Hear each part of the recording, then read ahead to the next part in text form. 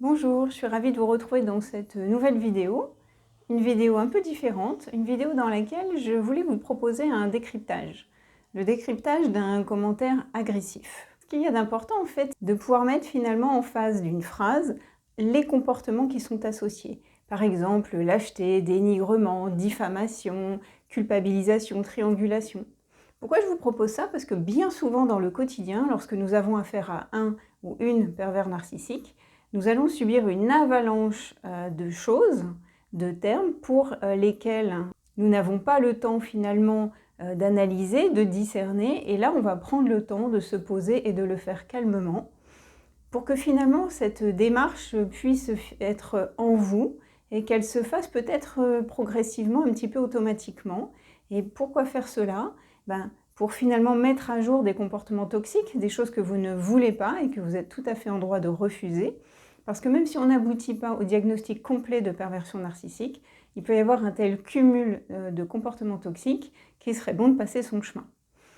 Donc, pour qu'on soit en accord, les 50 comportements dont je parle, c'est ceux que vous trouvez sur celinegreco.fr, que vous pouvez télécharger. Il y a donc la liste des 50 comportements, répartis en majeur, en mineur, et nous allons voir comment, dans le commentaire que nous allons décrypter ensemble, il y a un certain nombre de ces comportements qui y figurent. Donc encore une fois, je n'aboutirai pas au diagnostic, je n'irai pas jusqu'au bout de la démarche, je ne ferai pas d'affirmation, mais nous allons voir progressivement quels sont ces commentaires, quels sont ces mots, quels sont finalement les rouages qui sont utilisés pour comprendre pourquoi on peut se retrouver sidéré, en état de choc, dans une conversation qui va contenir une avalanche d'attaques. Pour ceux qui ne me connaissent pas, moi je suis Céline Greco, je suis sophrologue, hypnothérapeute, thérapeute spécialisée en libération des traumatismes et aussi en perversion narcissique. Donc ne perdons pas plus de temps, c'est parti pour cette vidéo. Donc tout d'abord, je vais vous lire le commentaire, plutôt la séquence de commentaires. Et vous allez voir comment on peut faire des déductions directes, juste sur la base du commentaire, et également comment, par extension, on va pouvoir faire des déductions secondaires, c'est-à-dire à plus grosse maille, à plus grande distance sur les comportements probables de cette personne. Donc vous allez assister à la démarche, et ce que je vais vous inviter à faire finalement, c'est de la calquer pour vous, de l'utiliser pour vous ensuite dans votre quotidien. Donc le contexte, c'est que je donne un webinaire, et ce webinaire est donné dans un réseau de praticiens. Dans ce réseau, je suis certifiée, je suis reconnue, donc mes diplômes sont validés, et j'interviens là comme spécialiste auprès de praticiens, de coachs, de thérapeutes. Donc pour toute consultation et puis les ateliers à venir, je vous invite à aller sur celinegreco.fr. Alors cette personne, en fait c'est plus exactement un pseudo, je vais y revenir bientôt, donc Screech, que l'on peut trouver aussi sous le nom de Logan Millennium. J'ai fait quelques petites recherches et en fait c'est quelqu'un qui est présent sur les sites de jeux vidéo, qui est présent en Belgique, mais qu'on peut trouver aussi en Isère. Voilà, j'en dirai pas plus. Screech avait une question, donc voilà. C'est comme ça que commence cet échange de commentaires. Donc Screech me dit, peut-on voir vos diplômes attestant de vos formations en psychologie, master 5 ans, ou la psychiatrie, 6 ans de médecine et 4 de spécialiste? À cela, je réponds, bonjour, vous trouverez vos réponses dans mes vidéos. Bien à vous, cordialement. Screech revient en disant, madame, avez-vous une preuve de vos formations en psychiatrie et en psychologie, comme vous l'avez affirmé en début de vidéo? Si oui, pouvez-vous les montrer? Entre deux, une personne bien intentionnée était venue mettre un commentaire et elle s'est fait recevoir. Alors je n'ai gardé que le début du message où Screech faisait finalement de l'humour, son humour. Je suis le plus grand spécialiste en sophrologie d'Europe, je suis thérapeute depuis 30 ans, spécialisée en crédulité, coach en protection individuelle, réalignement de chakras, lithographie, et je n'avais pas d'imprime écran de la suite du message, mais qui était de plus en plus corsé. À la suite de ça, donc, je me dis que c'est important pour moi de répondre aux personnes, c'est-à-dire à vous tous, et non pas à cette personne-là. Et je réponds la chose suivante. Bonjour à tous. Je réponds car tout voyageur du web qui ne me connaît pas, ne suit pas mes vidéos, mérite certaines informations. Je suis sophrologue, hypnothérapeute. J'ai été infirmière, ingénieure et d'autres métiers encore. J'ai des diplômes pour tout cela. J'ai aussi un diplôme de droit. Dans mes formations, notamment la sophrologie et surtout infirmière, je suis formée à la psychologie humaine. Dans la formation d'infirmière, je suis formée à la psychologie, à la psychiatrie, à la cardiologie, par tous les professionnels de ces disciplines, etc. Je ne suis pas pour autant psychologue, psychiatre ou cardiologue. Trivialité. Donc j'ai suivi des modules et j'ai ensuite des années de pratique et de clinique sur le terrain. Tout cela est honnêtement expliqué sur mon site internet et dans mes vidéos. Je vous invite à mieux me connaître ici, https://celinegreco.fr, et à vous abonner pour ne rien manquer des vidéos à venir. Amitié, Céline. Cette personne, Screech, revient en disant « Nous sommes donc d'accord que vous n'êtes qu'infirmière et que vous ne faites que citer vos cours généraux comme s'ils étaient des spécialisations. Vous laissez vos auditeurs les moins critiques penser que vous avez des formations en psychiatrie et psychologie, ce qui insinue à leurs yeux naïfs que vous êtes et médecin et psychologue. Des titres protégés qui vous confèrent un argument d'autorité auprès des plus faibles et crédules de vos victimes. Je n'ai que faire de la sophrologie et autres thérapies dont vous vous revendiquez. Ces disciplines sont des supercheries et n'existent tout simplement pas. Tout un chacun peut s'en revendiquer et s'auto-décréter spécialiste en supercherie, comme vous le faites. Grand bien vous en fasse. Peut-on consulter quelque part vos diplômes d'infirmière et d'ingénieur, puisque vous vous en vantez, et que l'argument d'autorité semble occuper beaucoup de place dans votre récit. Continuez à faire des papouilles aux gens en leur parlant d'un mal dont l'existence reste à prouver, mais ne venez pas mettre les pieds dans des disciplines protégées sans en avoir la légitimité, ou plainte sera déposée aux autorités compétentes. Point. Fin des messages. Parce que je n'ai pas répondu à ce message-là, ça n'était pas nécessaire. J'ai préféré me servir de cette base pour aller décrypter. Alors, premier point sur lequel je vais répondre, c'est cette histoire de profession réglementée. Effectivement, la psychologie est une profession réglementée, qui est en fait gérée par le ministère de l'Enseignement supérieur, de la Recherche et de l'Innovation. Donc seuls les détenteurs de ce diplôme peuvent exercer la profession de psychologue. Donc il faut être titulaire d'une mention de psychologie, d'un master de psychologie, qui comprend un mémoire de recherche, un stage professionnel, et tout équivalent ne suffira pas. Et pour psychiatre, il faut effectivement 10 ans d'études, comme c'est mentionné. Donc pour ma part, je dis clairement partout, dans les vidéos et sur mon site internet, que je suis thérapeute, sophrologue et hypnothérapeute. Et tout ça, on a le droit de le dire, puisque thérapeute, qui peut l'utiliser ? En fait, n'importe quelle personne qui a suivi une formation, même si elle n'est pas reconnue, même si ce n'est pas un cursus universitaire, ça n'est pas un titre protégé, en tout cas, on ne parle pas de psychothérapie. Donc c'est vrai que le terme de thérapeute est tout à fait vague. Pour ma part, je l'utilise car je travaille au cabinet, je fais de la thérapie par la sophrologie. Je suis formée à des méthodes thérapeutiques en sophrologie et en hypnose. Donc tout d'abord, le premier procédé là que l'on voit, c'est une négation de ma réponse. Il se moque complètement de cette réponse qui s'intercale, il repose sa question à l'identique, quasiment mot pour mot. Et vous voyez cette technique, ça, en rhétorique, c'est carrément une négation de votre réponse, c'est une négation de votre personne. Il pose une question, je réponds, il repose sa question à l'identique, comme si je n'avais pas répondu au milieu. Ça n'incorpore pas ma réponse en disant « bien que vous m'ayez répondu, ça ne me suffit pas, je vous invite tout de même à présenter vos diplômes ». Vous voyez, il y a négation complètement du texte.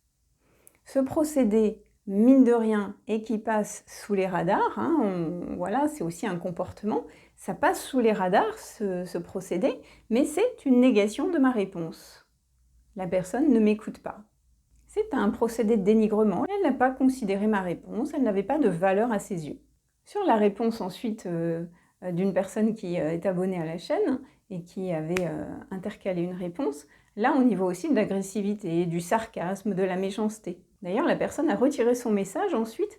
J'ai pensé qu'elle s'était dit que c'était quand même trop méchant, mais en fait non, c'est qu'il s'est servi de ce texte pour fabriquer le dernier commentaire que vous avez eu. Il a repris ses arguments et il les a modelés cette fois-ci pour les diriger, on va dire, à la personne qui tient la chaîne, c'est-à-dire moi en l'occurrence. Il a donc fait du recyclage de son message. Continuons maintenant avec le terme du coup infirmière. Je dis qu'il y a des modules et qu'on ne ressort pas cardiologue. Effectivement, voilà, j'ai quand même l'ouvrage, voilà, le guide pratique infirmier. C'est un livre sont des pages très très fines, voilà, on apprend plein de choses. On dit il y a des modules, il y a toutes les disciplines, cardio, dermato, néphro, maladies infectieuses et uro, rhumato, je dis tout ça, la psychiatrie. On apprend plein de choses et il y a 1 an et demi de cours et 1 an et demi de pratique, donc on a à la fois de la théorie et du terrain, bien sûr. Concernant infirmière, j'explique concrètement dans mes réponses qu'il y a des modules, il y a du terrain. Donc voilà, cette réponse suffisait à dire oui, effectivement, je vois bien que vous ne dites pas que vous êtes psychologue ou psychiatre. Voilà, normalement ça aurait dû être fin du propos. Vous voyez, mais là encore une fois, la personne n'écoute pas. Il y a du déni de ce qui est raconté. Le propos, c'est comme s'il n'avait pas existé, il n'en tient en tout cas pas compte. Dans un de ses messages aussi, il commence par « nous sommes donc d'accord ». Ça c'est pareil, c'est un procédé de manipulation. Bien sûr que nous ne sommes pas d'accord. Surtout que la suite de la phrase, c'est que vous n'êtes qu'infirmière. Je ne vais pas être d'accord avec le fait d'être qu'infirmière. D'ailleurs, il l'a mis entre guillemets, parce que c'est quand même assez dénigrant de venir dire vous n'êtes qu'infirmière. Parce qu'encore une fois, une infirmière, c'est 3 ans de formation, c'est pas rien non plus. Hein, surtout que c'est une formation où vous êtes à la fois dans la théorie et beaucoup dans la pratique. Et la pratique, c'est quoi? C'est d'avoir des patients et dès la première année, d'être en train de s'en occuper. Et quand vous terminez vos études, vous avez pris en charge toute une équipe. Il y a un rôle sur prescription médicale et il y a un rôle propre. C'est-à-dire qu'une infirmière, elle est autonome tout le long de son service. Elle a des dizaines et dizaines de choses à faire. Donc voilà, moi je tiens à rendre honneur aux infirmières qui sont en service. On ne dit pas vous n'êtes qu'infirmière. Si c'est pour comparer à psychiatre et psychologue, vous voyez là on est sur quelque chose qui est juste au niveau des diplômes, ça n'est pas la même chose, mais on sent bien que là il y a du dénigrement, vous n'êtes qu'infirmière et vous ne faites que citer vos cours généraux comme s'ils étaient des spécialisations. Donc non, je ne cite pas mes cours généraux. Et en plus, là, il y a une petite erreur, c'est que des cours généraux comme des spécialisations, il y a à la fois de la théorie et de la pratique. Donc je pense qu'il se fourvoie dans l'utilisation des termes cours généraux et les spécialisations. Parce que j'ai des spécialisations dans différents domaines. J'ai des spécialisations en adolescents, enfants, entreprises, sport. Et dans ces spécialisations, il y a à la fois de la théorie et de la pratique. Donc, quelles que soient les formations que j'ai faites, il y a toujours eu de la théorie, de la pratique, il y a toujours du terrain. Et donc, dans le milieu infirmier, il y a de la clinique. Ça, c'est très important. Donc, on est encore sur du dénigrement. Vous n'êtes qu'infirmière. En plus, il y a encore de la non-écoute. Vous ne faites que citer vos cours généraux, alors que pas du tout. On parle d'expérience de terrain. Donc, encore du dénigrement et de la non-écoute. Pour rendre encore honneur aux infirmières, je vais citer un exemple pour dire à quel point c'est important en fait que cette personne arrête de dénigrer les infirmières, puisque les infirmières sont seules dans leur service. Et je donnerai l'exemple d'une nuit où j'étais en chirurgie, parce que j'ai été infirmière du coup aussi généraliste et spécialiste, décidément. Et quand j'étais en chirurgie infirmière de nuit, vous êtes seule pour 15 patients qui sortent de chirurgie. Et une de ces nuits, effectivement, au contrôle de 21h, 22h, il y avait tant de sang dans un flacon. Et quand je repasse à 2h du matin, je me dis, c'est pas le débit normal, il n'y a quasiment rien qui s'est ajouté. Et bien, effectivement, il a fallu aller contrôler des choses, sachant qu'il est 2h du matin et que vous ne devez pas inquiéter la personne. Et pourtant, vous savez que là, on est en risque hémorragique. Et ben, j'ai appelé le chirurgien et le chirurgien m'a dit rouvrez le bloc, appelez les équipes, on la reprend en urgence. Tout le monde a rappliqué et elle a été opérée en urgence parce qu'elle est en train de faire une hémorragie interne. Voilà, c'est ça qui est important de comprendre, s'il vous plaît, ne dénigrez pas les infirmières. Donc là, le dénigrement, il est en plus complètement injuste, voyez, et injustifié. C'est important de voir que là, cette personne est complètement injuste. Cette personne continue ensuite avec des termes en disant que, du coup, on laisserait, je laisserai, mais je me détache de ce commentaire pour le citer vraiment en exemple. Vous laissez penser, vous insinuez, vos auditeurs les moins critiques, leurs yeux naïfs, les plus faibles, les plus crédules de mes victimes. Je suis spécialiste en supercherie. Waouh! Vous voyez, en fait, c'est une avalanche d'attaques. Il faut vous imaginer, quand vous subissez ce genre d'attaque, que peut-être vous vous dites « Waouh, dis donc, j'en prends plein la figure ». Oui, mais c'est exactement ce qui se passe et vous recevez des coups exactement comme si vous étiez sur un ring et que vous preniez les coups d'un adversaire. Rappelez-vous, la perversion narcissique, c'est quelqu'un qui vous fait monter sur un ring et vous êtes là obligé de boxer alors que vous n'avez rien demandé. Et bien là, ça tombe dans tous les sens. Il y a du dénigrement et il y a aussi de la diffamation. Parce que moi, je n'ai jamais laissé penser quoi que ce soit. Il y a de la culpabilisation dans ces propos.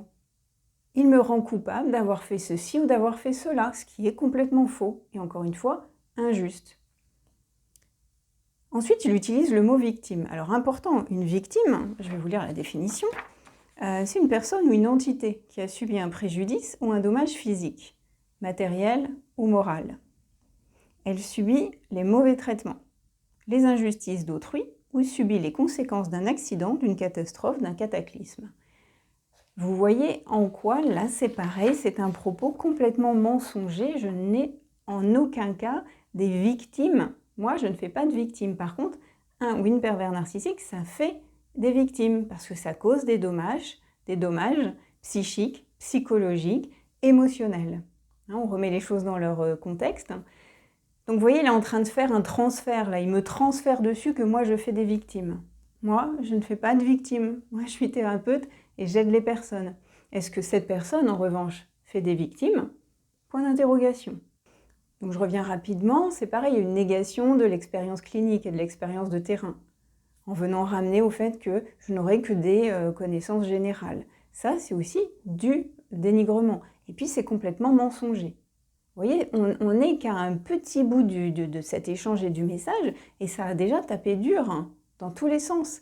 Des coups sous le radar, du dénigrement, de la diffamation, de la négation des propos et de la personne, de la culpabilisation, et on va y revenir, mais il y a aussi de la triangulation. Je ne suis pas psychologue, je ne suis pas psychiatre. Non, je ne suis qu'infirmière, voire je vais être sophrologue. Je suis sophrologue, et sophrologue, c'est un métier qui est une supercherie. Donc le monsieur, là, enfin Screech, je ne sais pas qui est derrière cette personne, il tape dans tous les sens. Pourquoi est-il aussi enragé? Pourquoi a-t-il autant de haine? Qu'est-ce qui lui arrive? Sans compter que ça a été rédigé un dimanche après-midi. Pourquoi il passe un dimanche après-midi à rédiger des commentaires comme ça? Point d'interrogation. On peut noter aussi qu'il y a un certain niveau grammatical et lexical. Il y a quelques fautes d'orthographe qui reviennent voilà, dans les textes, mais il y en a assez peu. Donc ça illustre que voilà, c'est une personne qui sait bien s'exprimer à l'écrit. C'est aussi une caractéristique qu'on note hein, dans les profils de pervers narcissiques. On note souvent que le contact par écrit est très bon. Il y a un très bon niveau, il y a un bon sens de la rhétorique. D'ailleurs, j'ai pu voir que quelque part, Screech parlait d'usage de la double négation avec les intérêts que ça portait. Donc effectivement, il aime utiliser la langue française, il aime utiliser les rouages de la langue française. En tout cas, on voit bien déjà jusqu'à maintenant que quand il l'utilise, c'est forcément haïtien, il sait ce qu'il fait. Alors maintenant, je vais avancer sur donc, la sophrologie et autres thérapies sont des supercheries et n'existent tout simplement pas. Alors là, on est dans un déni de réalité, mais qui est fantastique. La sophrologie, ça a été créé en 60-61 par le docteur Alfonso Caicedo, qui était un neuropsychiatre. En fait, il utilisait des techniques qu'il trouvait un peu trop difficiles sur ses patients, et il est allé parcourir le monde, et il a créé la sophrologie à partir de 8 ou 9 disciplines différentes. Et c'est énormément inspiré de l'hypnose. La sophrologie est une discipline issue de l'hypnose.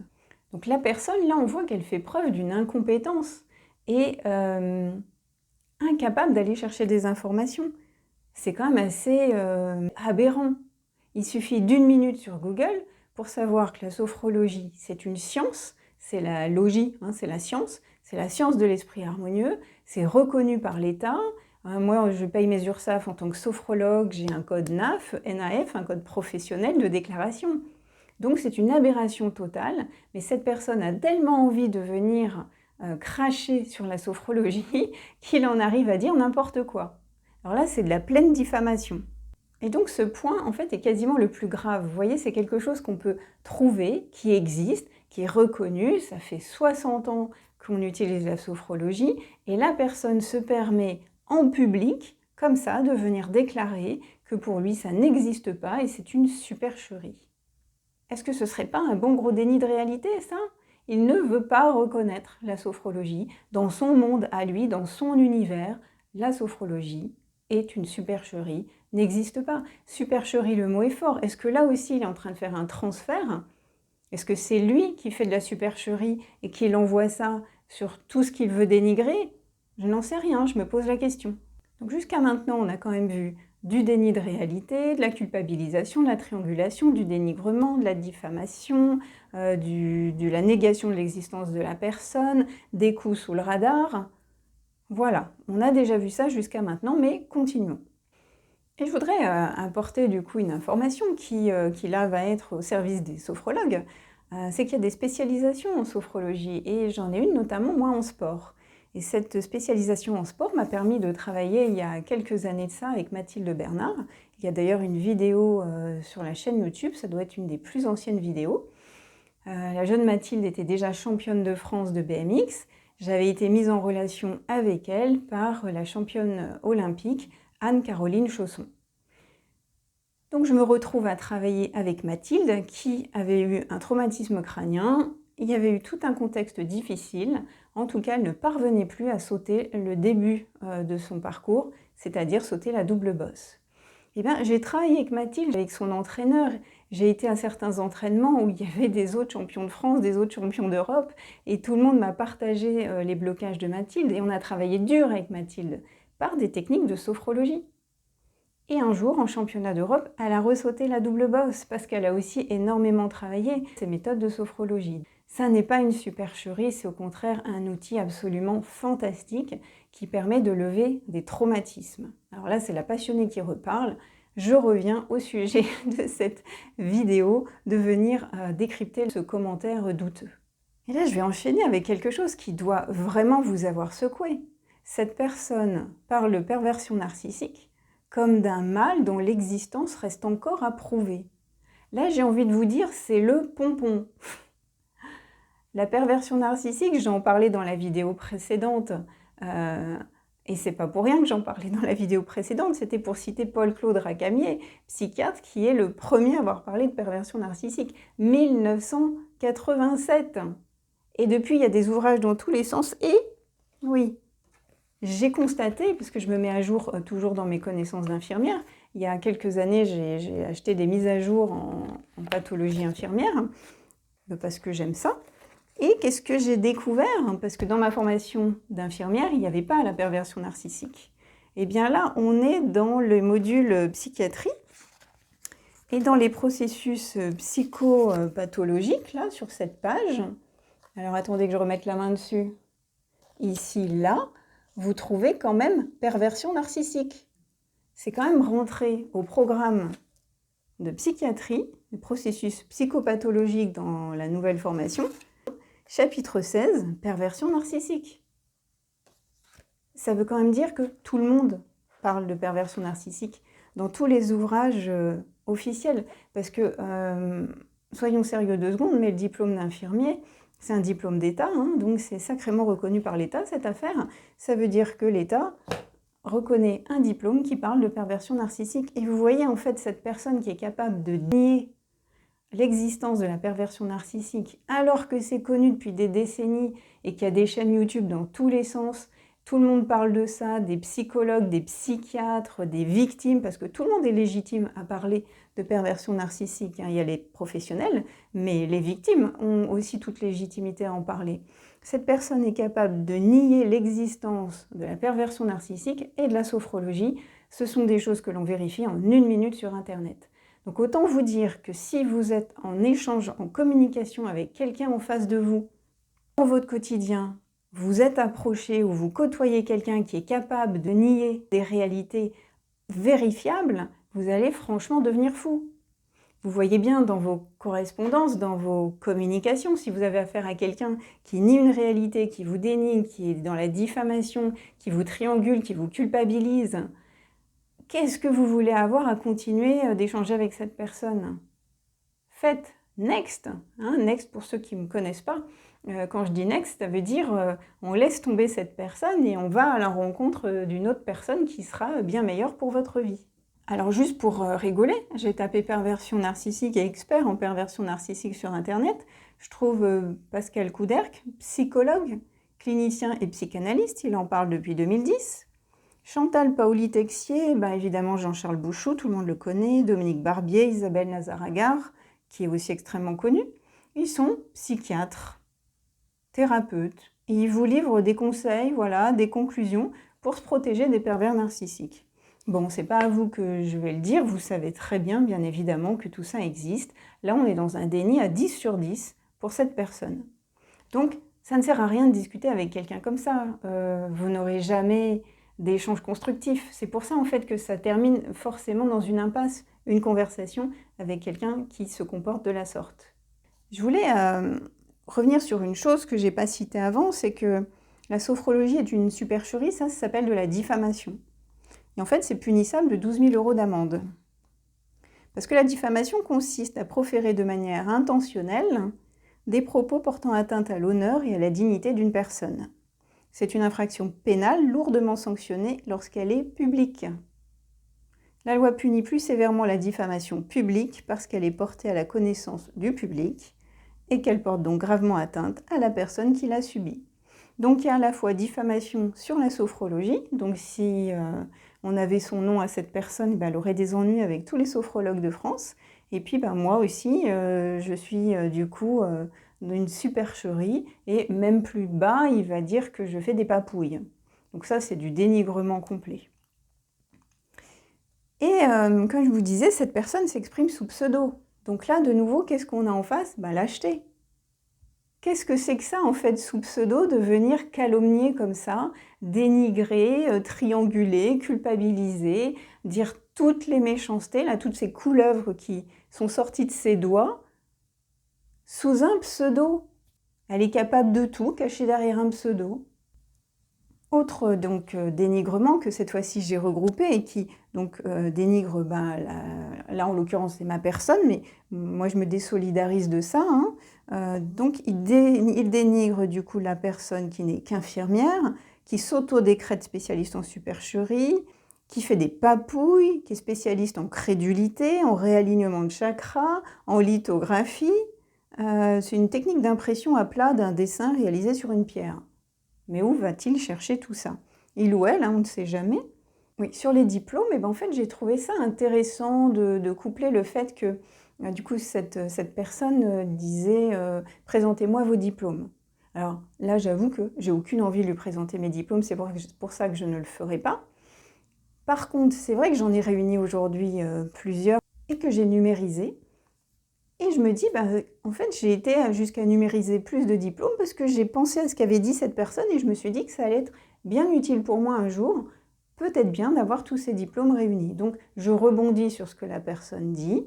Je ne la remercie pas, ne faites pas cette erreur de remercier votre bourreau. Si vous faites quelque chose de bien à partir de quelque chose de mal qu'on vous a fait, rendez-vous grâce à vous, ne rendez pas grâce à votre bourreau. Il y a également un site qui s'appelle diplome.gouv.fr sur lequel on peut trouver un certain nombre de diplômes. Si ça peut vous servir, voilà, je vous partage l'information.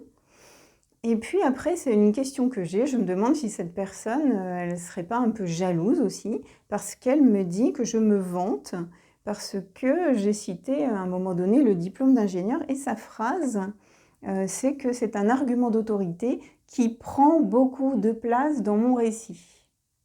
Et en fait, dans mon récit, je dis, j'ai été ingénieur, infirmière et d'autres métiers. Et vous voyez là, en fait, comment c'est une exagération totale de venir dire, ça prend beaucoup de place dans mon récit. Je me vante, dit-il. Donc là, il me culpabilise de me vanter, alors que je ne fais que citer ce mot à un moment donné. Donc c'est complètement disproportionné et injuste. Et puis, c'est un mensonge, tout simplement. Alors du coup, je vais rebondir sur l'argument d'autorité. Alors ça n'est pas un argument d'autorité, mais par contre, ce qui est vrai, c'est que certaines personnes viennent travailler avec moi parce que quand elles lisent mon site internet, elles voient que j'ai été ingénieure. Et en fait, c'est important pour elles, ça les sécurise. Donc elles vont venir me voir parce que je suis sophrologue et ingénieure. Tout comme d'autres personnes étaient rassurées de venir me voir parce que j'ai été infirmière et sophrologue. D'autres vont venir à moi parce que je fais des soins énergétiques et que je suis sophrologue et que je fais de l'hypnose. Et en fait, c'est ça qu'il y a d'important, c'est de rassurer les personnes qui viennent travailler avec soi. Donc oui, ça c'est un argument important, mais qui vient carrément des personnes que j'accompagne. Ça n'est pas un argument d'autorité, de vantardise, comme ça pour exister par ego. C'est que tout a une fonction. On ne dit pas les choses si ça n'a pas de fonction en thérapie. En général, on a travaillé sur soi. Par contre, ce que l'on se doit, c'est d'être rassurant. Donc on ne s'étale pas, mais on rassure. Alors autre chose, là pour terminer quasiment, cette personne utilise la voix passive. La plainte sera déposée aux autorités compétentes. Pourquoi passer à cette voix passive qui d'un coup ne vient plus dire je porterai plainte, qui portera plainte? D'autant plus qu'à aucun moment je ne dis être psychologue ou psychiatre, donc il ne peut pas y avoir de plainte, il n'y a pas de fond à cette plainte. Donc c'est tout à fait étrange comme façon encore là de procéder. Ça s'appelle tout simplement de l'intimidation et de la menace. Donc de ce que nous venons de voir, en synthèse, voici ce que l'on peut dire. Donc c'est truffé de mensonges, de dénigrement, de diffamation, d'intimidation, de menaces, d'attaques à répétition. Il n'y a pas d'écoute, il y a des coups sous le radar, il y a plusieurs dénis de réalité, de la triangulation, de la culpabilisation. Je pense que j'en ai oublié. Et c'est grave. Et en fait, rappelez-vous, imaginez-vous dans un échange où le message, au fond, il est très court, que je vous le remontre. Voilà, je l'ai imprimé. Ça tient qu'en ça, quasiment. Bien sûr, il y a quelques échanges un peu au-dessus, mais c'est très court. Et vous voyez l'importance de faire une analyse à plat. Vous voyez tout ce qu'on trouve dans ce message, c'est truffé de choses qui sont douloureuses. Et quand vous prenez ça, même à l'oral, c'est comme si vous receviez des coups. Et voilà que je suis une supercherie, que mon métier c'est une supercherie, je parle que de généralité, voilà, et vous, ce sera d'autres termes, d'autres choses, mais vous allez quand même recevoir tout ça dans la figure. Et ça provoque des états de choc, des états de sidération. Pendant ce temps-là, vous n'entendez plus bien la suite, mais vous recevez quand même encore les coups. Et vous allez être sacrément diminué au niveau de votre énergie et de votre capacité à vivre votre vie dans les heures qui vont suivre. Et ça peut même vous prendre des jours pour récupérer. On n'est pas fait pour vivre des échanges comme ça. C'est violent. Il attaque en plus la personne qui incite, il attaque les personnes qui écoutent, il attaque les diplômes, il attaque les métiers, il attaque dans tous les sens. Donc imaginez-vous en train de subir toutes ces attaques. Dans les déductions secondaires, on peut dire que c'est quand même un peu sadique d'attaquer comme ça.